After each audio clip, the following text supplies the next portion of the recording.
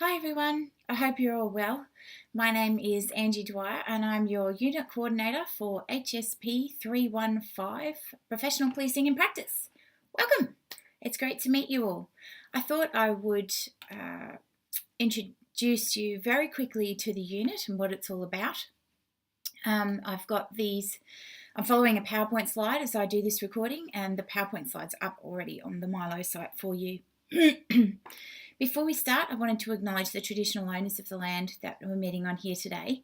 I understand completely that you guys are not here, but this acknowledgement is very important for the work that we do here at UTAS, as well as the work that I do as a researcher. There's a lot of Aboriginal and Torres Strait Islander people overrepresented in policing statistics and criminal justice systems, and a lot of people talk about that now on the scale of a national emergency, considering that there's so many in incarcerated settings and there's so few of them in our populations overall in Australia. So I'd like to think that this is something that we all think about as people that work with Aboriginal and Torres Strait Islander people. So today we're going to walk through what the unit is about, which is about, I know this is a really corny little photo, but it's about critical thinking. It's about thinking deeply about a particular instance of that you've experienced in the past, depending on whether it's an incident, a process, a case, whatever, really. So, just a little bit about me. If you need to get in touch with me, email is definitely the best way to do that. I'm more than happy to take phone calls though. I'm pretty sure I've put my mobile phone number up on the Milo site for you. I check my email every day, at least a few times a day, because it is a great source of anxiety for me. But if you don't get through to me in a couple of days, it usually means that I haven't got your email. Please don't send me Hotmail emails or Yahoo emails, because they will not get through to me. I haven't ever received emails from those accounts because our firewall settings are very strict. You can certainly use your police email or use your UTAS student email. Okie dokie. So consultation hours for me, it's pretty obviously you can get me on email anytime, but if you want a face-to-face or a phone, it's always a good idea to email me first and we can tee something up, so to speak. My office is in the Social Sciences building on Sandy Bay campus, and I'm in room 534. Just a little bit about my research interests. I do research around LGBTI people and policing and young people and policing. So really looking at and focused on the experiences of vulnerable communities in relation to police officers. At the moment, I'm working on a project around young people with intellectual disabilities and their experiences of policing. So that just gives you a little bit of background about me. I also enjoy doing in my spare time, I absolutely love dirt bike riding. I absolutely adore punk music. I swim, I run, I hang out with my family doing bushwalking, and I do research, which I absolutely love. It's by far my favourite part of my job. So that gives you a bit about me. If you want to know more about me, Google me, it's all there. So this is a unit about intensive reflective practice, but it's also critically reflective practice, and that's something I'll talk about in the other video that I'm about to record and upload for you. The core focus is basically about having you sorry, I got a frog today, just overcoming the frog. Is thinking about your practice as a police officer since you did your recruit training, basically. Something that created a little bit of a challenge or a bit of difficulty for you, and thinking through that something, be it a process, an incident, or anything like that. So most importantly, it's about considering that particular moment and then, how you're going to improve on your practice into the future. And of course, it's about doing an oral presentation in that respect instead of another essay. So let's talk about this assignment then and what this all means, because it's fairly straightforward. I've got a whole bunch of set readings on the Milo site for you, and you just need to read these and then apply this to this reflective task. That's what I've called it. So you need to think reflectively about your practice as an officer of Tasmania Police and record this reflective thinking process and how you might improve your policing practice in future. And you record this as an audio recorded oral presentation using PowerPoint. Now, this can be difficult, and I will talk through this a little bit more later on. It's due at the end of week 11. I think the precise due date, if you click on assessment resources, it will be up the top of the page there for you. The weighting is 100% of the unit. There's nothing else for you to do except for this particular assignment. And we'll talk about how to upload it in a moment, because that in itself is a fabulous landmine of activities. So this is the way that I kind of get the students to do this. Number one, read your set readings, which are all up there for you. I've given you some additional readings just in case you want more to read. Usually we can tell when people read more because they get higher marks, they write in a more informed manner, they reflect in a more informed manner, okay? You need to think reflectively or critically about a particular encounter, or process that you've experienced, or perhaps a difficult incident that you've attended as an operational police officer. This can include operational and supervisory situations. It can include anything, in fact. What made this encounter, process, or incident difficult for you? So, people have talked about cases where there's child sexual abuse. People have talked about cases where they're managing fires, knowing full well that their family is also at risk at the same time in those fires, and they've got to focus on managing the fires. People have talked about how a particular process might be difficult or challenging because they're kind of the head of that process and they can't provide feedback on that process to people. So the way you think about this can be very, very broad. And if you're worried about whether or not something fits, just send me an email. I'm happy to help tell you whether or not you're going in the right direction, so to speak. The most important part of this process is thinking reflectively or critically about how you might improve your future policing practice around encounters, processes, incidents like this. So find and read some literature around the specific incident. So in number 2, you're thinking critically, reflectively about a particular incident. You've got to figure out what that incident is, but you've also got to go and you read those readings online, and so you know that you're thinking critically, right? Now we're going to move down a bit further into the deeper reflection, where you need to go and read some of the latest research around that specific incident. So if it's a shooting, then what's the latest research say on how police officers best deal with shooting? What's the best practice stuff out there? That's what you're doing in number 3. This is the part that everyone forgets. So that's really important. If you nail number 1, number 2, number 4, you're probably going to get a credit or a distinction, somewhere around there. But if you nail number 3 and you've got that element in there, then it's probably going to be a high distinction, if that makes sense. It takes your reflection up to that really deeper level of work. Then you create a set of PowerPoint slides, no more than 10, about the specific case, about the encounter, process, incident, what made it so difficult or challenging, and how you're going to improve your police practice around situations like that in future. All right, so it's fairly straightforward. So the hard parts are probably the next bit, where you've actually got to record it using PowerPoint. So this can be a little bit difficult. Your recording should be between 7 and 10 minutes. Sometimes people will go well over this and we get the half an hour recordings.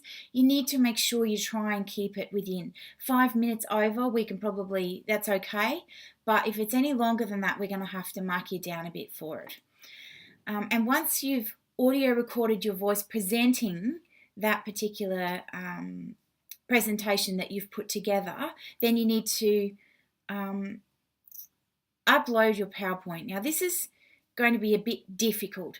It's more submit your PowerPoint, because we have a whole bunch of different ways that we can submit it. We can't upload it to Milo because you'll be talking about cases and stuff which are confidential, and turn it in, the process we use to upload to Milo it makes it a public document, and I can't mark it online. So yeah, there's a little bit of an ordeal. I'll talk about that more in a moment. I'm pretty sure I've got a section on how to email it to me and all of that sort of biz. So the best way to submit it, realistically, is to me via email, but I'll talk through that in a minute. What are we talking about when we talk about difficult? I really wanted to give you some advice about this because some people struggle with it a little. So how was this difficult or challenging? Critically reflective thinking is thinking about any of these things. Was your training or knowledge sufficient? Were your communication skills insufficient? Did the interaction go badly for some reason? Did the person in crisis perhaps not respond to the way that you did things? Was a particular process wrong, or did it go wrong for you? Did you get the incorrect information from another officer? Was it just too complex? All of these things are things that you could think about. Legislation being inappropriate, the emotional toll, the investigative difficulties with the case. Were there logistical difficulties as well that came about? Simply because there was not enough police officers available to attend the incidents. All of these things can make something difficult. So that's what we mean by difficult or challenging in this unit. All right, but there are other ways that this unit can be really challenging as well, and that's technology. So because Milo makes it a public document, we have to find other ways of sending in what is often a very big file.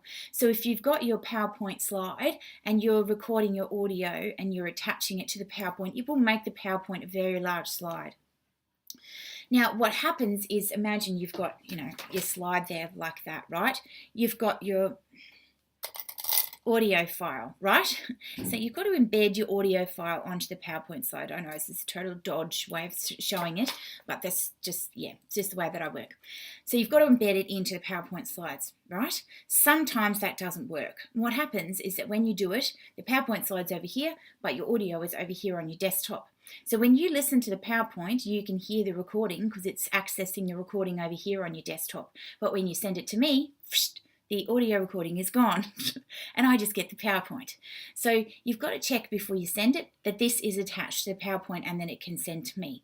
But of course, that makes it a larger file and then makes it more difficult for us to send, which I'll talk about more in a moment. So I've put some instructions up online about troubleshooting that process and how you can do that quite easily. There's quite a bit of stuff.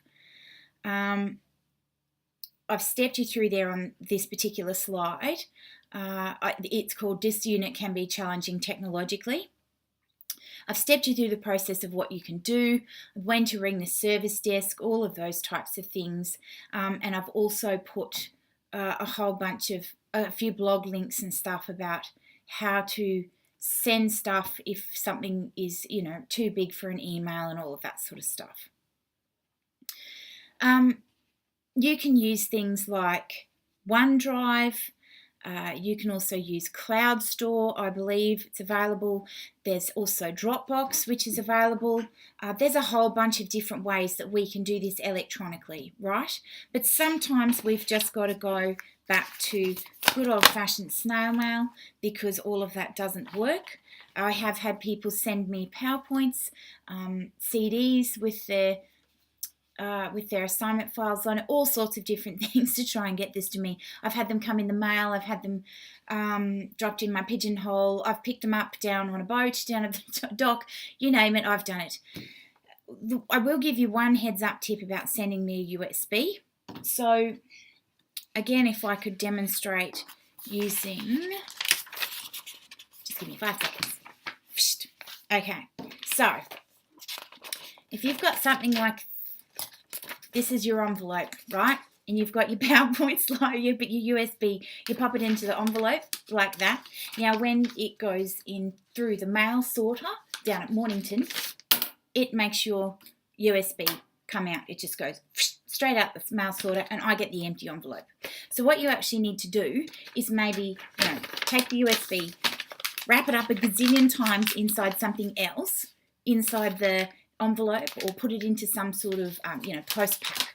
I know it sounds absolutely ludicrous, but that's the way that I get it. And I have actually spent time sitting over at the mail sorting office at Mornington going through 1,001 USBs. So that gets that part out of the way. Technologically challenging, yes, we've ticked that box with this unit. This is also a personally challenging unit because, some of the stuff I mentioned before can be a bit yuck to deal with. Things like really difficult cases that took an emotional toll on you in particular. Please don't be silent if this stuff is troubling for you. You don't have to tell me all about it.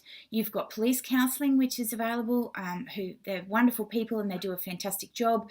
You can ring, a whole bunch of different domestic violence counselling services. And of course, because you're a UTAS student, you can access free counselling here at UTAS as well if you don't feel comfortable going to the police counsellor. But there is so much assistance around you, so please draw on that. Don't let this unit get to you if the unit has actually raised issues for you in one way or another. Okay, so how do we do critical thinking? I'm going to tell you more about that in another lecture, but one of the things that I found really useful in Copley, this is a whole book dedicated to critical reflection. I think it's called Critical Reflection or Reflective Thinking for Police Officers or something like that. It's one of the main things that I give you to read. They talk about a useful strategy for this, which of course is concept mapping. I'm sure you've all come across it before. You may not have, I don't know. But there's a picture of one on this slide that I've called How Do I Do Critical Thinking? There it is there. All right, so I've actually uploaded a 2-page reading that describes the process of concept mapping for you. It's absolutely brilliant, the best summary I've ever seen of this type of stuff. If you read that, it will give you a really good understanding of how to do the process of critical thinking in a more concrete way, where you're writing down on a piece of paper, you're thinking through various levels of the task, all of that sort of stuff. So make sure you have a read of that because it's really useful. And then have a listen to the short lecture that I put up about what critical reflective thinking is, so you actually know what you're doing, because it can be really useful. So, some final tips. You can focus on anything, any encounter, process or incident that you've been involved in that was particularly difficult. It could well be the first job that you ever did. It could well have been the job you did yesterday, whatever. Chances are it will stick in your mind. Give yourself this opportunity to think through those difficult ones, because this is probably the only opportunity you'll get to do that. Don't focus on how many slides that you're trying to write. Think about the balance overall. You need a title slide. You need a few slides outlining the situation and what made it difficult for you. A few slides outlining your critical reflection. What did you learn and what could you do differently next time, including that research literature about the specific process or incident. All right, very important. I keep saying that because everyone forgets. I have very few people that make it to that level. And of course, make sure you include some references not only to the critical thinking literature, but also that broader research literature about the specific incident, process or encounter that you're talking about. This is a presentation as well, so just remember that we're also grading you on your presentation skills, but that's not a huge focus. Check the criteria sheet because it will actually give you information on what that looks like, and I've already uploaded that for you. Having said that, we're probably going to make a few adjustments to it in the next, probably by the end of week 4, I'd say. So practice your presentation before you record. This is pretty important. Pretend you're presenting to a group of your fellow officers, have a little bit of a practice. It might be useful to have your slides here, but to write a script next to you so you know the points that you're making. When we write presentations in particular, you'll often find that the points that you write down on the paper doesn't come out the way that it's supposed to. They don't come out the way they're supposed to, right? So you have to read through them a couple of times to get them logical and rational and all of those sorts of things. And they unfold quite nicely. What I do is, as you can tell, I print out my slides when I'm doing a presentation.